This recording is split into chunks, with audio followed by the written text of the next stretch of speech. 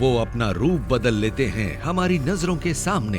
पहले वो एक आम इंसान नजर आते हैं, लेकिन बाद में बदल जाते हैं भयानक जीव में और इंसान की बोटी बोटी कर देते हैं। वो अचानक ही चमगादड़ या घना कोहरा बन जाते हैं और गायब हो जाते हैं। सबसे डरावनी बात तो ये होती है कि वो हमारे किसी अपने का ही रूप बना लेते हैं और फिर काम तमाम कर देते हैं। हमारे इतिहास में दुनिया के कोने कोने में ऐसे जीवों की चर्चा मिलती है जो अचानक ही एक से दूसरा रूप हासिल कर लेते थे।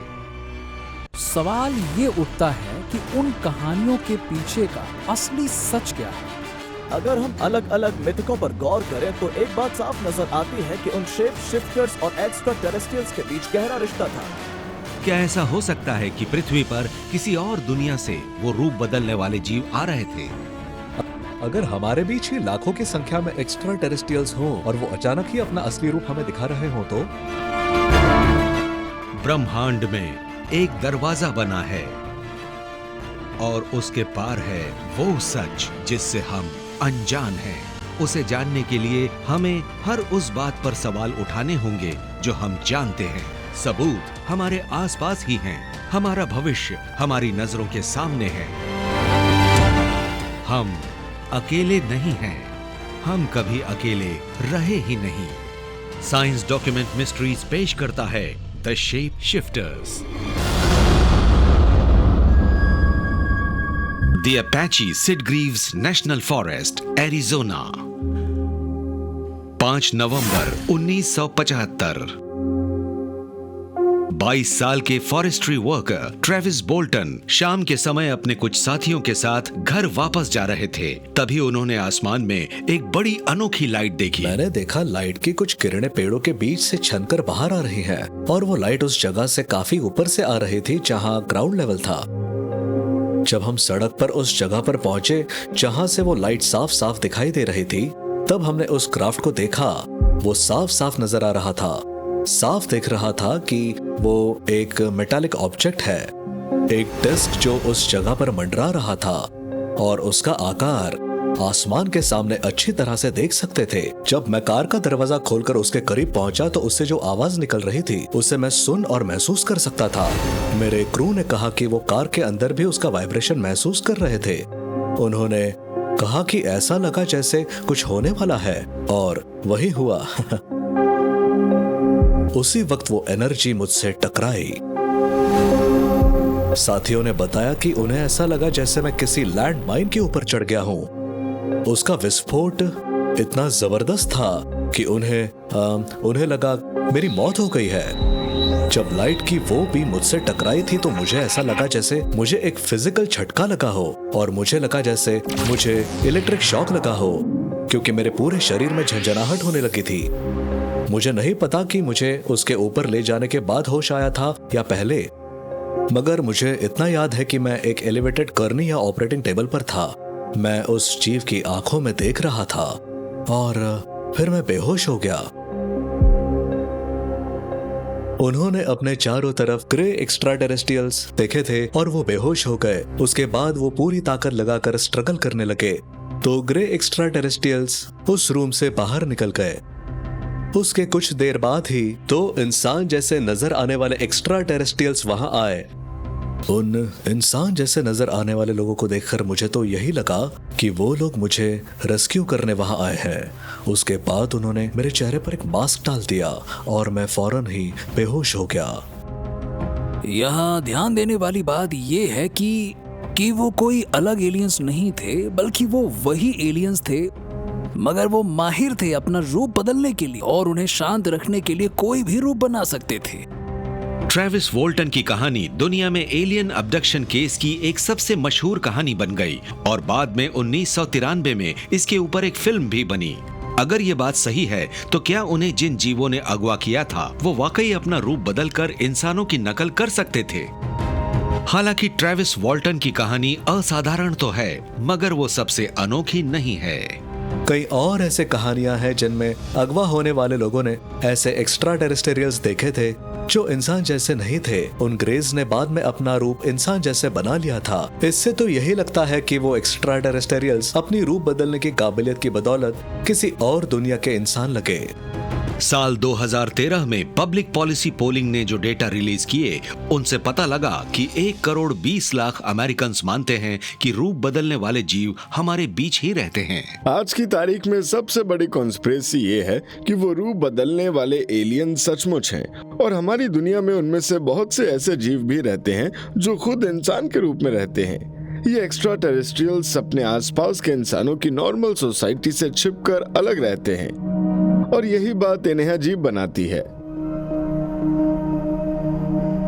एक थियरी कहती है कि एलियंस हमारे बीच रहते हैं। एलियंस इंसान के रूप में एक एडवांस कार्ड, एक फिफ्थ कॉलम, या आप उसे चाहे जो भी कह लें, मगर इसका सीधा सा मतलब यही है कि आने वाले दिनों में एक बहुत बड़े पैमाने पर एलियन इन्वेजन होने वाला है। वो हमारे बीच घुसपैठ करेंगे, अपने साथियों को ऊंचे ओहदों पर बिठाएंगे और हमारे आसपास से गुजरेंगे और हमें पता भी नहीं लगेगा। लोग तो यही सोच रहे हैं कि उनके आने पर शायद वो व्हाइट हाउस के लॉन में लैंड करेंगे या आसमान में स्पेस शिप्स उड़ते हुए नजर आएंगे। अगर ऐसा कुछ नहीं हुआ है तो अगर एलियंस अभी भी यहाँ हुए तो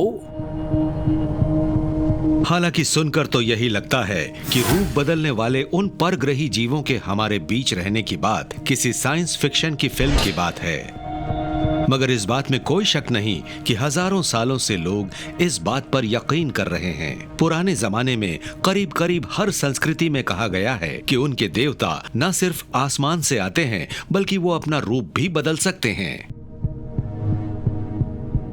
रूप बदलने की बात तो इतिहास में हर जगह नजर आती है। शैमानिक लोर में, धार्मिक कहानियों में, हर जगह। ग्रीस के ओलंपियंस में, साथ ही हिंदू देवता भी अपना रूप बदल सकते थे और इजिप्शियन देवता भी। इस बात में कुछ न कुछ तो है जिससे कहा जा सकता है कि वो देवता किसी और इंसान या जानवर का रूप बदल सकते थे। वो कहानियां सिर्फ हमारे मनोरंजन के लिए नहीं है, बल्कि वो हमें ये भी बताती हैं कि इस दुनिया के साथ, उन देवताओं के साथ हमारा रिश्ता क्या है और उस दुनिया पर हमारा ज्यादा कंट्रोल भी नहीं है। ये बात बहुत ही ज्यादा डरावनी है क्योंकि वो चाहे किसी भी रूप में हमारी दुनिया में आ जाए, हम तो उन देवताओं के कोप का शिकार बनेंगे ही।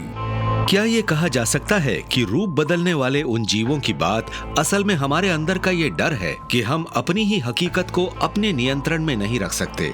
कमाल की बात यह है कि इन सभी प्राचीन कहानियों में एक बात सामान्य है कि वो देवता इसलिए अपना रूप बदलते थे कि इंसानों की दुनिया में आराम से आ जा सकें।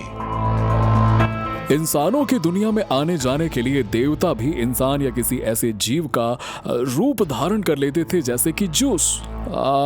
वो इंसानों के साथ सेक्सुअल रिलेशनशिप्स बनाना चाहते थे, खास तौर पे औरतों के साथ। जूस ने एक सांड का रूप धारण किया और यूरोपा को लुभाया, जो कि एक फिनिशियन प्रिंसेस थी। इस ग्रीक कहानी के मुताबिक यूरोपा सांड पर सवार हो गई। दोनों साथ में मेडिटेरेनियन के पास क्रीट द्वीप पर पहुंचे। वहां पहुंचकर ज़्यूस फिर से अपने असली रूप में आ गए, देवता के रूप में, और यूरोपा को इम्प्रेग्नेट कर दिया। यहाँ ज़्यूस ने अपना रूप बदलकर एक औरत को अट्रैक्ट किया था और उनके मिलन से क्रीट पर एक नई आइलैंड सिविलाइजेशन का जन्म हुआ। ज़्यूस ने सांड का रूप ले लिया, खुद को बाज में बदल लिया और साथ ही वो बन गए गोल्डन रेन शावर। कुछ प्रैक्टिकल रीजन से देवताओं को अपना रूप बदलना पड़ता था, क्योंकि अगर वो बिना रूप बदले इंसानों के बीच आ जाते तो तहलका मच जाता और फिर हम भी यही मानने लगे कि वो भी हमारे जैसे ही होते हैं। शायद ऐसा ना हो क्योंकि हम नहीं जानते हैं। वो शायद अपना रूप ऐसा इसलिए बनाते थे कि हमारा दिमाग ये मान सके कि वो भी हमारे बीच के ही हैं। पूरे इतिहास में हमें ऐसे देवताओं की कहानियां मिलती हैं जिनमें रूप बदलने वाले देवताओं की बात कही गई है। सवाल ये उठता है कि उन कहानियों के पीछे का असली सच क्या है? क्या इस बात की कोई खास वजह हो सकती है कि दुनिया के कोने कोने से हर संस्कृति की कहानी में ये कहा गया है कि इंसानों के संपर्क में आने के लिए देवता रूप बदल लेते थे? क्या ऐसा हो सकता है कि हमारे अतीत में हमारे प्राचीन पूर्वजों ने वाकई परग्रहियों को रूप बदलते हुए देखा था? हमारे अतीत की कई ऐसी कहानियां, मिथक और दंत कथाएं हैं जिनमें रूप बदलने वाले देवताओं की बात कही गई है। ग्रीक के लोगों की ऐसी कई कहानियां हैं, हिंदुओं की हैं, सुमेरियंस की हैं, दुनिया भर में ऐसी कहानियां हैं। उनसे तो यही लगता है कि कहीं उनमें रूप बदलने वाले एक्स्ट्रा टेरेस्ट्रियल्स की बात तो नहीं कही गई है। एंशिएंट एस्ट्रोनॉट थियरी उन माइथोलॉजिकल कहानियों की ना समझ में आने वाली उन टेक्नोलॉजीज को समझने की कोशिश करती है। मैं तो मानता हूँ कि रूप बदलने वाली उन कहानियों की असली जड़ में कोई ना समझ में आने वाली टेक्नोलॉजी है। हार्ड मास के बने एक्स्ट्रा टेरेस्ट्रियल्स एक टेक्नोलॉजी की मदद से अपना रूप बदल लेते थे। शायद उनके पास एक अदृश्य लबादा था या कोई ऐसा लबादा था जिसकी मदद से वो अपनी मर्जी से अपना कोई भी रूप बना लेते थे। लोगों ने यही देखा था और बाद में उन कहानियों में उनका ही जिक्र किया गया। अगर एंशिएंट एस्ट्रोनॉट थियरिस्ट्स की ये बात सही है कि रूप बदलने वाले उन देवताओं की प्राचीन कहानियों को प्रेरणा मिली थी परग्रहियों से, तो क्या ये कहा जा सकता है कि वो अभी हाल में ही हमारे बीच में आए हैं, या वो हजारों सालों से हमारे बीच में हैं और उनकी इंसानों के बीच छिपे रहने की क्या वजह हो सकती है? Sulawesi, Indonesia, 1998। यहां समंदर के तल पर रिसर्चर्स को छिपकर रहने वाला एक बड़ा ही अनोखा जीव मिला, एक मिमिक ऑक्टोपस। ये बेहद समझदार सेफलोपॉड न सिर्फ देखते ही देखते अपना रंग और स्किन टेक्सचर बदल लेता है, बल्कि ये कई और दूसरे जीवों जैसा रूप भी बदल सकता है। मिमिक ऑक्टोपस कमाल का है। ये खुद को फ्लाउंडर बना लेता है जो एक फ्लैट मछली होती है और समुद्र के तल पे रहती है। वो धारियों वाला सी स्नेक और लायन फिश भी बन जाता है, जबकि उसके शरीर पर फेदरी अपेंडेजेस भी होते हैं। देखा गया है कि वो करीब 15 अलग अलग समुद्री जीवों जैसा रूप बदल सकता है। 3 दिल, 9 दिमाग और इंसान के मुकाबले करीब दुगुनी जीन्स वाले इस ऑक्टोपस के बारे में वैज्ञानिकों का अंदाजा है कि ये ऑक्टोपस शायद किसी और ग्रह का है। 2018 में 33 साइंटिस्ट के ग्रुप ने एक पीयर रिव्यूड पेपर में दावा किया कि उस ऑक्टोपस में एलियन डीएनए है और वो शायद किसी और दुनिया से आया है। जब हम इसके बारे में सोचते हैं तब दिमाग में ये बात आती है कि एक्स्ट्रा टेरेस्ट्रियल्स कैसे दिखते होंगे? क्या वो ऑक्टोपस जैसे होंगे? क्या वो रूप बदलने वाले होंगे? और फिर हम इस नतीजे पर पहुंचते हैं कि एक्स्ट्रा टेरेस्ट्रियल्स शायद ह्यूमनॉइड जैसे होंगे, शायद हमारे जैसे दिखते हों। मगर सच तो यही है कि वो रूप बदलने वाले हो सकते हैं और अपनी मर्जी से कोई भी रूप बना सकते हैं। अगर वो ऑक्टोपस हमारी पृथ्वी का नहीं है, तो क्या ये इस बात की तरफ भी इशारा करता है कि दूसरे बुद्धिमान जीव भी पृथ्वी पर आए थे और उनके पास रूप बदलने की बायोलॉजिकल क्षमता थी? क्रिप्सिस जैसी चीजों का एवोल्यूशन या फिर पृथ्वी पर खुद को कैमोफ्लेज करने की काबिलियत, इसके पीछे का बड़ा सच तो है शिकार और शिकारी के रिश्ते। क्रिप्सिस एक खास किस्म की खूबी है जिसकी बदौलत एक शिकार अपने शिकारी की नजरों में आने से बचा रहता है या शिकारी अपने शिकार की नजरों से बचा रहता है। मुझे लगता है कि शायद इसी सेलेक्टिव प्रेशर की वजह से दूसरे प्लैनेट्स पर भी क्रिप्सिस का एवोल्यूशन हुआ हो। इस बात में शक नहीं कि रूप बदलने की खूबी के अपने एवोल्यूशनरी बेनिफिट हैं। तो हो सकता है कि ये काबिलियत सिर्फ पृथ्वी पर ही इवॉल्व नहीं होती बल्कि हमारे ब्रह्मांड में कहीं और भी हुई हो। इस बात से इनकार नहीं किया जा सकता कि दूसरे ग्रहों पर भी जीवन हो, बुद्धिमान जीव हों और ऐसी सभ्यताएं भी हों जो रूप बदलने में माहिर हों। मन में ये सवाल उठता है कि क्या ये टेक्नोलॉजी वाकई इतनी खास है कि उन्होंने अपने बायोलॉजिकल डीएनए का भी हिस्सा बना लिया है, या फिर वो किसी खास टेक्नोलॉजी से अपने लिए ये सब करवाते हैं। ये भी हो सकता है कि ये दोनों में से एक या दोनों का कॉम्बिनेशन हो। जानवरों की दुनिया में तो रूप बदलने की काबिलियत शिकार और शिकारी दोनों को छिपाने के लिए विकसित हुई थी, लेकिन अगर रूप बदलने वाले परग्रही हमारे बीच रहते हैं तो वो शिकार की तरह विकसित हुए या शिकारी की तरह? कराची, पाकिस्तान, 2016 की एक 25 साल की 3 बच्चों की मां बड़ी अजीब अजीब हरकतें करने लगी। तब उसे एक स्थानीय डॉक्टर के पास ले जाया गया।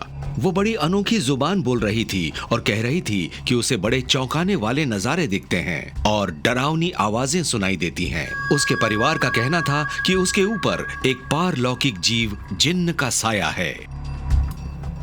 जिन एक अरबिक शब्द है जिसका मतलब होता है छिप जाना, नजर न आना।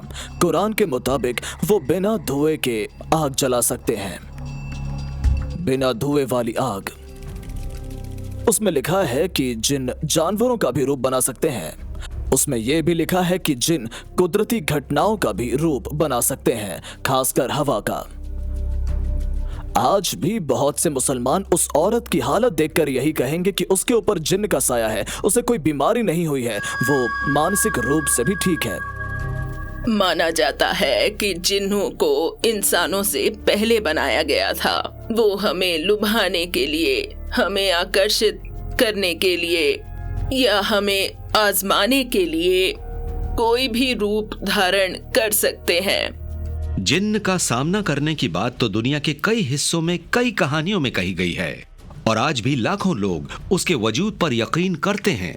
ऐसे ही रूप बदलने वाले दूसरे जीवों की चर्चा कई और दूसरी प्राचीन परंपराओं में मिलती है और आधुनिक मिथोलॉजिस्ट ने उन्हें खास ग्रुप में रखा है और उनका नाम रखा है चालबाज देवता। चालबाज का मतलब होता है रूप बदलने वाला, खुद को बदलने वाला। हर बार उनका सामना हमारे लिए अच्छा नहीं होता, क्योंकि कई बार वो हमारे पैरों तले से जमीन खींच लेते थे। वो बड़े शरारती और शैतान होते हैं। नॉर्स मान्यताओं में भी ऐसे ही एक देवता थे, लोकी। लोकी रूप बदल सकते थे। कुछ कहानियों में वो सैल्मन मछली बन गए थे और कुछ में मक्खी। हिंदू मिथोलॉजी के मुताबिक दानवों के पास अपना आकार बदलने की शक्ति होती थी और वो दूसरों को भरमा देते, कंफ्यूज कर देते और अपनी मर्जी से कोई भी रूप बना लेते। मगर उनका सबसे स्याह और खौफनाक मकसद तो था इंसान से कुछ हासिल करना। उन रूप बदलने वाले जीवों का आमना सामना होने की कुछ ऐसी कहानियां भी सुनते हैं जिनमें उनका सामना असल में रूप बदलने वाले जीव से हुआ था और इसके कुछ अच्छे उदाहरण मिलते हैं। ग्रेस के साथ एक घटना में बहुत बड़ा उल्लू नजर आया जो 3 फुट ऊंचा था और उसे देखने वाले लोगों को कुछ तो गड़बड़ लगी। फिर वो उल्लू देखते ही देखते ग्रे बन गया। कमाल की बात है। इस तरह की घटनाओं में छलावा तो होता ही है। साफ नजर आता है कि एक्स्ट्रा टेरेस्ट्रियल्स धोखा देते हैं, लोगों को ठगते हैं। ये बातें ना सिर्फ माइथोलॉजी में बल्कि एनकाउंटर्स में भी साफ नजर आती हैं। क्या ये कहा जा सकता है कि हमारे अतीत या फिर हाल के दिनों में जिन रूप बदलने वाले जीवों की बात कही गई है वो हमारी बहुत ऊंची कल्पना नहीं है, बल्कि परग्रही जीवों से असल में हुई मुलाकात का ब्यौरा है? अगर ऐसा है तो क्या उनका कोई बड़ा खौफनाक एजेंडा है? शायद इससे जुड़े कुछ और सुराग हमें देवताओं की नहीं बल्कि दानवों की कहानियों की जांच पड़ताल से मिल जाएं। सिगिशोरा, रोमानिया। बहुत ही खूबसूरत ट्रांसिल्वेनियन शहर में जन्म हुआ था व्लाड ज़पैशका, जो व्लाड द इम्पेलर या व्लाड ड्रैक्युला के नाम से ज्यादा मशहूर है। इस खतरनाक रोमानियन राजकुमार के बारे में कहा जाता था कि वो अपने दुश्मनों का खून पी जाता था और इसी से प्रेरणा लेकर ब्राम स्टोकर ने 1887 में अपना वैम्पायर नॉवेल ड्रैक्युला लिखा। 2014 में एक सैलानी एक स्थानीय चर्च में गई और उसे वहां एक पेंटिंग दिखी जो उसे इतनी अनूठी लगी कि उसने उसकी एक photo Israeli extra terrestrial and UFO research organisation के पास भेज दी। व्लाड द इम्पेलर का शहर जहां से ड्रैक्युला की कहानी की शुरुआत हुई वही church of the Dominican monastery है। उसी चर्च में एक 700 साल पुरानी पेंटिंग है जिसमें वो दिखाया गया है जिसे ज्यादातर लोग एक सर्कुलर क्राफ्ट मानते हैं। एक यूएफओ उस इमारत के ऊपर मंडरा रहा है जो शायद वो चर्च है। उनमें एक बड़ा ही अलग सा जेली मोल्ड शेप्ड सॉसर बना है जो उस अनूठी हस्ती के घर के ऊपर मंडरा रहा है जिसने लॉर्ड ड्रैकुला के नाम के वैम्पायर को जन्म दिया था। क्या ऐसा कहा जा सकता है कि उस वैम्पायर लेजेंड और एक्स्ट्रा टेरेस्ट्रियल के बीच कोई रिश्ता है? क्या ये माना जा सकता है कि ट्रांसिल्वेनिया के उस चर्च में रखी वो करीब 700 साल पुरानी पेंटिंग नर पिशाच और परग्रही जीवों के बीच कोई रिश्ता जोड़ती है? क्या ये कहा जा सकता है कि उन रूप बदलने वाले जीवों की कहानियां जिनमें कहा गया है कि वो इंसान से चमगादड़, भेड़िए और दूसरे जीवों में बदल जाते थे, उन जीवों के आमने सामने देखने की बात कही गई थी? हालांकि ब्राम स्टोकर की ड्रैक्युला एक काल्पनिक कहानी है मगर वो भी ऐतिहासिक घटनाओं से प्रेरित है। ब्राम स्टोकर की लेट 19th सेंचुरी की क्लासिक वैम्पायर कहानी ड्रैकुला के लिए उन्होंने रोमेनियन परंपराओं के बारे में रिसर्च की थी। वो बहुत ही कॉम्प्लिकेटेड है और एक से दूसरे गांव में बदल जाती हैं। तो अगर हम पैरानॉर्मली बात करें तो क्या वाकई वैम्पायर जैसे जीव थे? माना जाता है कि 15th, 16th, 17th और 18th सेंचुरी में भी दुनिया के कुछ हिस्सों में वैम्पायर्स रहते थे। ग्लिवित्सा, पोलैंड, 2013। इस छोटे से शहर के ठीक बाहर एक सड़क बनाते समय एक बड़ी ही चौंका देने वाली खोज हुई। काम करने वालों को वहां से कब्रिस्तान मिला जो बड़े ही खौफनाक अतीत की तस्वीर बयान कर रहा था। उसमें 4 कंकाल थे और उन चारों का सिर काट दिया गया था। हाल ही में पोलैंड में भी कुछ ऐसी कब्र मिली हैं जिनमें भी ऐसी ही चौंकाने वाली चीजें थी। कंकालों के सिर काटकर उन्हें उनके पैरों पर रख दिया गया था। ये एक रिचुअल एग्जीक्यूशन का सबूत था। कुछ थियरिस्ट मानते हैं कि वो शायद वैम्पायर्स के शव थे। आर्कियोलॉजिस्ट मानते हैं कि वो कब्रें 16th सेंचुरी की हैं और उस वक्त की पोलैंड की परंपराओं के मुताबिक मरने के बाद सिर को शरीर से अलग कर देने पर उसके दोबारा जिंदा होने की संभावना खत्म हो जाती थी। इसी तरह के नर पिशाचों की खबरें पूरे यूरोप में मिली हैं और कुछ के दिल में तो लकड़ी की कील तक गाड़ दी गई थी। जब भी वैम्पायर्स की बात उठती है तो हमारे दिमाग में बात आती है ब्रैम स्टोकर के ड्रैकुला की, या फिर फिल्मों में दिखाए गए वैम्पायर्स याद आते हैं। मगर यूरोप में, खासकर ईस्टर्न यूरोप में रहने वाले लोगों के लिए वैम्पायर्स की बात ही रोंगटे खड़े कर देने वाली थी और वो उन्हें हकीकत मानते थे और खुद को उनसे बचाने की कोशिश भी करते थे, क्योंकि वैम्पायर्स अपना रूप बदल लेते थे। उनके बारे में सबसे डरावनी बात यह थी कि वो खुद जिंदा रहने के लिए जानवरों या फिर इंसानों का खून पिया करते थे। हालांकि आज हम जिस वैम्पायर की बात सुनते हैं वो हमें यूरोप की लोक कथाओं से मिली है और पूरे प्राचीन विश्व में वैसे ही दूसरे रूप बदलने वाले और खून पीने वाले जीवों की बात कही गई है। जैसे कि भारत के संस्कृत लेखों में बताए गए राक्षस भी वैसे ही थे। हिंदू लेखों में जिन राक्षसों की चर्चा है वो रूप बदलने में माहिर होते थे। राक्षस मानव मांस खाने वाले शैतान होते थे। उन्हें मांस खाना बहुत पसंद था।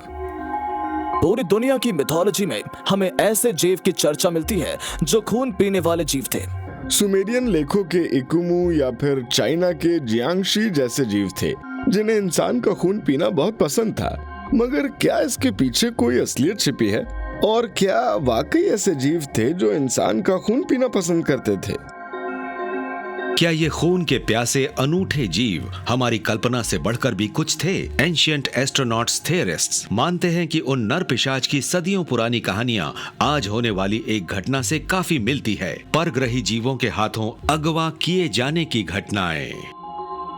जब भी किसी वैम्पायर की बात आती है तो उसके साथ हुए सामने को 3 हिस्सों में बांटा जा सकता है। पहले तो है उन्हें देखना, फिर उसे दिमाग पर पिशाच का कब्जा और फिर उस इंसान को वैम्पायर बनने के लिए उकसाना। पर एलियन एब्डक्शन भी ऐसे ही होते हैं। अगवा हुए लोगों ने बताया कि वो एक लाइट देखकर हैरान रह गए। फिर एक जीव उनके पास आया। वो जीव उनके करीब पहुंचा और उन्हें लेकर अपने साथ चला गया।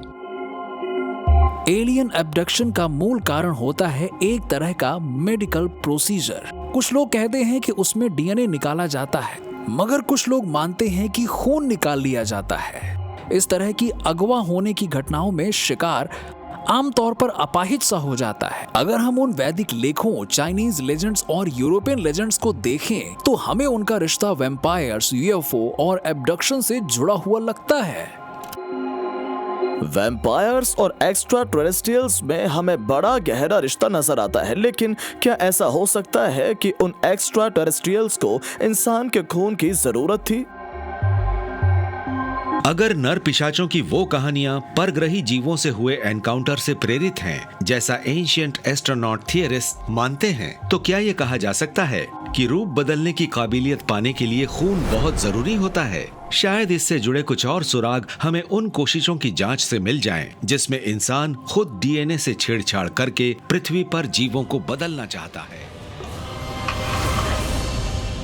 नॉर्थ यॉर्कशायर, इंग्लैंड, 2015 आर्कियोलॉजिस्ट जब स्टार कार नाम की एक स्टोन एज की बस्ती की खुदाई कर रहे थे, तभी उन्होंने एक बड़ी चौंकाने वाली खोज की थी। मॉस की काफी मोटी परत के नीचे उन्हें एक ऐसा ताज मिला जिसका इस्तेमाल अनुष्ठानों में होता था और वो 11,000 साल पुराना था। उसे कोई ओझा या बड़ा पुजारी पहनता होगा।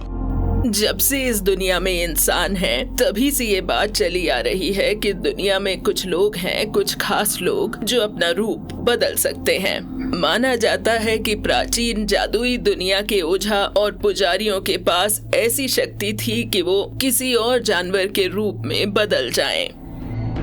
हैरानी की बात यह है कि आज के दौर में यह साइट और इसके आसपास की जगह एक ऐसे डरावने रूप बदलने वाले जीव की वजह से मशहूर हो गई है, जिसका नाम है फ्लिक्सटन वेयरवॉल्फ। पिछले 50 सालों के दौरान यहाँ पर कुछ बड़ी ही अनोखी घटनाएं नजर आई हैं, जिनमें से एक तो यही है कि यहाँ एक ऐसा जीव नजर आता है जो 2 पैरों पर चलता है और उसका मुंह एक कैनाइन या भेड़िए जैसा नजर आता है। दूसरे शब्दों में आधा भेड़िया आधा इंसान। इसके अलावा कई लोगों ने यहाँ पर कई बहुत ही रहस्यमयी लाइट फॉर्म्स और स्ट्रक्चर्ड क्राफ्ट यूएफओ भी देखे हैं। यूरोप में यूएफओ एक्टिविटी भी नजर आती है और वेयरवुल्फ एक्टिविटी भी, खासकर यॉर्कशायर में। ऐसे में मन में सवाल उठता है कि कई यूएफओ एक्टिविटी और रूप बदलने वाले उन जीवों के बीच कोई रिश्ता तो नहीं है। लगता तो ऐसा ही है। 2016 में करीब के ही एक शहर हाल में, जो स्टार कार से दक्षिण में 80 किलोमीटर दूर है, करीब 1 दर्जन बार फ्लिक्सटन वेयरवॉल्फ नजर आया। गवाहों का कहना था कि उन्होंने उसे उस इलाके के कुत्तों का मांस खाते और उनका खून पीते देखा था, जिसकी वजह से यहाँ रहने वाले लोग बहुत डर गए थे। अतीत में भी यूरोप के लोगों के लिए ये एक बड़ा खतरा था। माना जाता था कि कई ऐसे लोग हैं जो खुद को बदल सकते हैं, अपना रूप बदल सकते हैं और एक खास जानवर का रूप बना सकते हैं, मगर ज्यादातर भेड़िए का ही बनाते थे। हालांकि वो वेयरवुल्फ के रूप में रहते थे, मगर कहा जाता है कि खुद को जिंदा रखने के लिए वो दूसरे जानवरों या फिर इंसानों का खून पी जाते थे और उन्हें मार डालते थे। रूप बदलने वाले उन जीवों की कई कहानियां हैं, जिनमें नर पिशाच से लेकर वेयरवॉल्फ और आज के परग्रही जीवों द्वारा अगवा किए जाने की घटनाएं भी हैं। मगर उन सभी में एक बात सामान्य है, खून की जरूरत। एंशिएंट एस्ट्रोनॉट थियरिस्ट्स मानते हैं कि शायद उन जीवों को अपना रूप बदलने के लिए खून में मौजूद किसी खास चीज की जरूरत हो, डीएनए की। क्या ये मुमकिन है कि रूप बदलने वाली ये काबिलियत पाने के लिए किसी प्रजाति की जीन्स को आपस में ब्लेंड करके उसे अपनी ही पसंद के किसी जीव के रूप में फौरन ही मॉर्फ किया जा सके? सबसे अहम चीज है जेनेटिक हार्वेस्टिंग, क्योंकि उसके बाद ही जीन्स को एक सोफिस्टिकेटेड लेवल पर मिलाया जा सकता है और फिर अपनी पसंद से किसी को कंटेनर बनाकर उसका इस्तेमाल कैमोफ्लेज की तरह किया जा सकता है। ऐसे में सबसे बड़ा सवाल तो यही है कि वो कौन है जो हमारी पृथ्वी पर रहता है, इंसान जैसा नजर आता है मगर इंसान नहीं है। अगर पृथ्वी पर दूसरी दुनिया से आए रूप बदलने वाले जीव रहते हैं, तो क्या उन्हें इंसान या किसी जानवर का रूप बनाने के लिए उसके डीएनए की भी जरूरत पड़ती होगी? पिछले 30 साल में जीन स्प्लाइसिंग टेक्नोलॉजी में जो उन्नति हुई है, उससे इंसानों को क्लोनिंग और पृथ्वी पर रहने वाले जीवों का रूप बदलने की काबिलियत मिल गई है। 2019 में चाइना के रिसर्चर्स ने ऐलान किया कि उन्होंने पहले ऐसे हाइब्रिड भ्रूण बना लिए हैं जो आधा इंसान और आधा बंदर है। दुनिया के दूसरे हिस्सों में भी ऐसे ही प्रयोग किए गए और इंसान के डीएनए को सुअर और भेड़ों के साथ मिलाया गया और अब जल्दी ही चूहों के साथ भी मिलाया जाएगा। हम देख रहे हैं कि हमारी आज की टेक्नोलॉजी क्रॉस स्पीशीज बनाने लगी है। अब जेनेटिसिस्ट किसी के डीएनए स्ट्रैंड का एक पीस लेते हैं और उसमें एक नया स्ट्रैंड मिलाकर सीक्वेंस पूरा करते हैं और फिर उसे सेल में वापस डाल देते हैं। जब वो बड़ा होकर भ्रूण या एम्ब्रियो और फिर पूरा जीव बनता है, तब उसके अंदर वही डीएनए सीक्वेंस होता है। जब भी हम ये सोचते हैं कि जीन एडिटिंग के बारे में हम क्या जानते हैं, तब दिमाग में सबसे पहले यही आता है कि आज हमारे पास वो टेक्नोलॉजी है। तो क्या ये भी कहा जा सकता है कि एक ऐसी एडवांस सिविलाइजेशन है, एक ऐसी एलियन सिविलाइजेशन है जिसके पास जीन एडिटिंग का हुनर है, जो अब हमें मिला है, और वो उसकी बदौलत वो काम करते हैं जो हमें नामुमकिन से लगते हैं और हम उनके बारे में ये सोच भी नहीं सकते थे। क्या ऐसा हो सकता है कि हमारे वैज्ञानिक आज लेबोरेटरी में जो जेनेटिक मॉडिफिकेशंस करने में कामयाब हो पाए हैं, उसके बारे में वो परग्रही जीव हजारों सालों पहले ही जानते थे और वो उसमें माहिर भी थे। एंशिएंट एस्ट्रोनॉट थियरिस्ट्स के मुताबिक अगर ये बात सही है, तो एक और सवाल खड़ा होता है कि क्या वो इंसान के डीएनए को भी बदल सकते थे। फ्रांस के दक्षिणी पश्चिमी हिस्से में आज तक मिले कुछ प्री हिस्टोरिक आर्ट के कई बड़े बेहतरीन नमूने रखे हैं। लैस्को और नियो की गुफाओं और पैशमैल में पत्थरों पर चित्र बने हैं और वो सब करीब 15,000 साल पुराने हैं। मगर गुफा में बने उन चित्रों में एक चित्र सबसे अलग है। ट्रोफ्रेयर गुफा के अंदर बने उस चित्र में एक रहस्यमय जीव को दिखाया गया है जिसका नाम था द सॉर्सरर। फ्रांस के दक्षिण में एक गुफा मिली है जिसमें बनाया हुआ चित्र करीब 15,000 साल पुराना माना जा रहा है। मेरे हिसाब से वो एक शायद शुरुआती देवता का चित्र हो। वो है तो एक हिरण, मगर उनके अंदर एक इंसान भी है, इसीलिए वो शायद एक शामानिक रिचुअल लीडर थे जो जानवरों की शक्तियों को साधते थे। उसका शरीर हिरन का था, आंखें उल्लू की थी और पूंछ शायद एक घोड़े की थी, मगर साफ दिख रहा है कि वो इंसान के पैरों पर खड़ा था और उसके हाथ भी इंसान जैसे ही थे।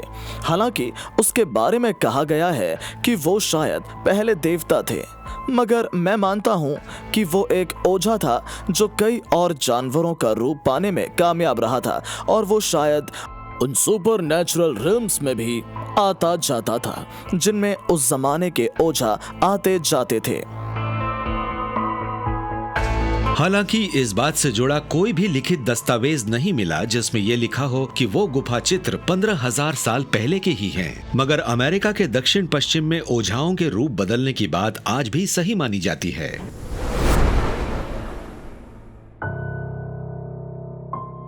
Skin walker ranch, Uinta basin, Utah.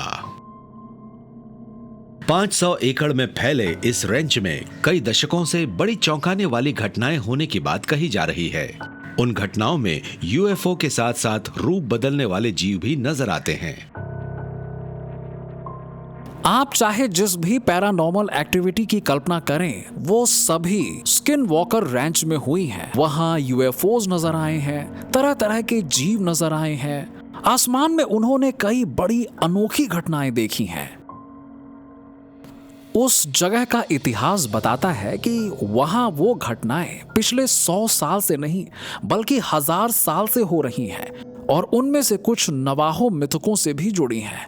और इस बात में कोई शक नहीं है कि वहां एक जमाने से स्किन वॉकर्स नाम के रूप बदलने वाले जीव रह रहे हैं।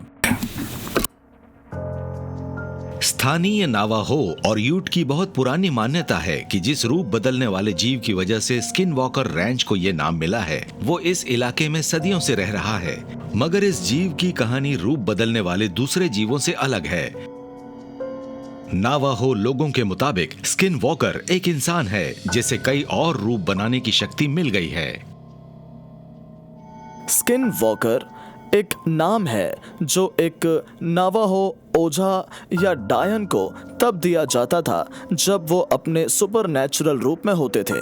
आमतौर पर स्किन वॉकर भेड़िए का ही रूप लेता था, मगर वो दूसरे जानवरों का भी रूप ले सकता था। नेटिव ट्रेडिशन में माना जाता है कि स्किन वॉकर असल में इंसान है जिन्हें कुछ खास शक्तियां मिल गई हैं और उन शक्तियों में रूप बदलने और जादू करने की शक्ति भी शामिल है। जब सवाल उठता है कि स्किन वॉकर किस तरह से अपना रूप बदल लेता है, तब इसके बारे में नोवाहो लोगों की भी वही राय है जो एंशिएंट एस्ट्रोनॉट थियरिस्ट्स मानते हैं कि ये सब डीएनए से जुड़ा है।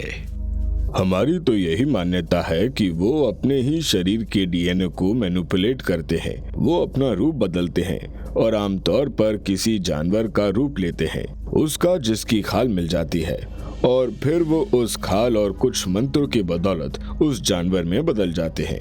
हैरानी की बात यह है कि ये नवाजो परंपरा में बच्चों को बहुत छोटी उम्र से ही कहा जाता है कि कहीं भी अपने नाखून काटकर मत फेंको, जमीन पर थूको मत, ना ही उसे ढको, और इन सभी से बड़ी आसानी से डीएनए का ट्रांसमिशन होता है।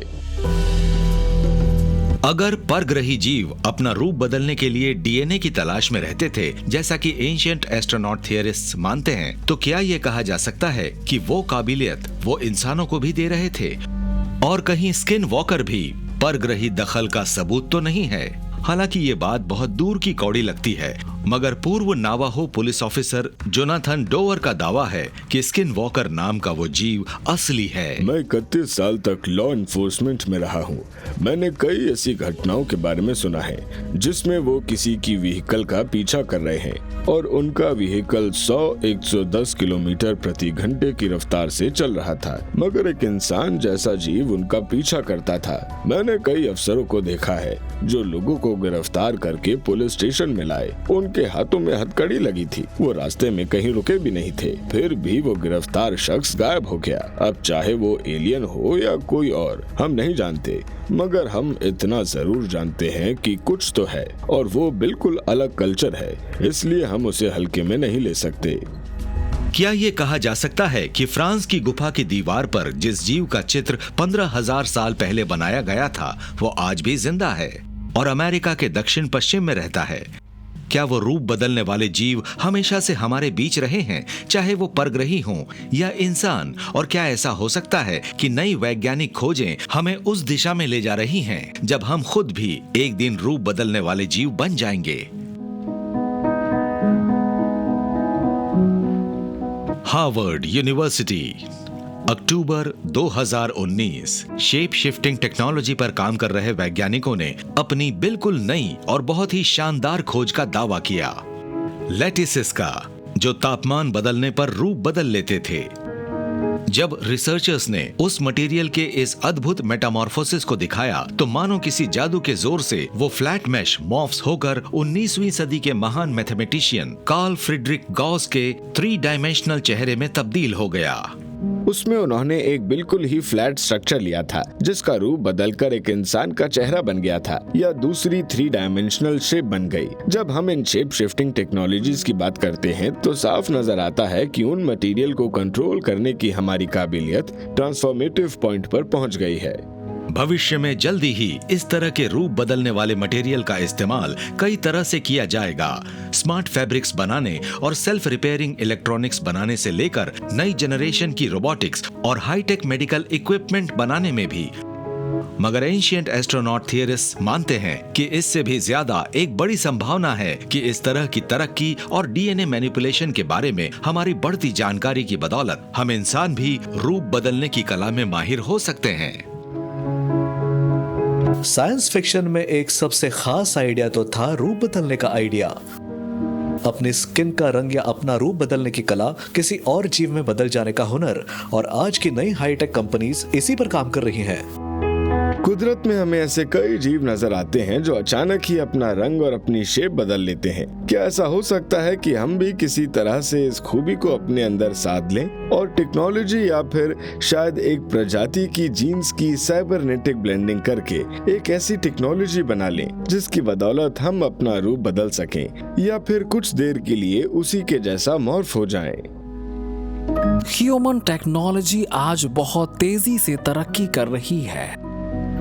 हर लिहाज से हम काफी हद तक ऑप्टिकल इनविजिबिलिटी या कैमोफ्लाज में इतने माहिर हो चुके हैं कि अब तो असली नकली में फर्क कर पाना भी बहुत मुश्किल है। इनमें से कुछ बातें क्लासिफाइड थीं और हमने कई साल तक उनके बारे में सुना भी नहीं था, लेकिन अगर आप उसके बारे में यहाँ वहाँ लिखे जा रहे हिंट्स पढ़ रहे होंगे तो आपको भी अंदाजा हो गया होगा कि इसका वजूद है। आज हमारे पास भी वो टेक्नोलॉजी है जिसका इस्तेमाल उन प्राचीन कहानियों में देवता कर रहे थे, और अब हमारे सामने एक नई हकीकत भी है। अगर हमें अचानक ही ये पता लगे कि हमारे बीच आज हजारों बल्कि लाखों परग्रही रह रहे हैं, और अगर वो एक झटके में अपने असली रूप में हमारे सामने आ गए तो क्या होगा? अब इंसान भी वो असाधारण काबिलियत हासिल करने लगा है जो हमारे पूर्वजों के मुताबिक सिर्फ देवताओं के पास थी। तो क्या अब हमें एक नई हकीकत का पता लगने वाला है, उसका जिसमें हम न सिर्फ रूप बदलने की काबिलियत हासिल कर लें, बल्कि उस सिलसिले में हमें ये भी पता लगे कि इस ब्रह्मांड में सिर्फ इंसान ही एक बुद्धिमान जीव नहीं है। तो शायद हम अपने पूर्वजों से एक बार फिर से तभी मिल सकते हैं जब हम अपनी आंखें खोलें और ये देखें कि वो तो हमारे आसपास ही हैं।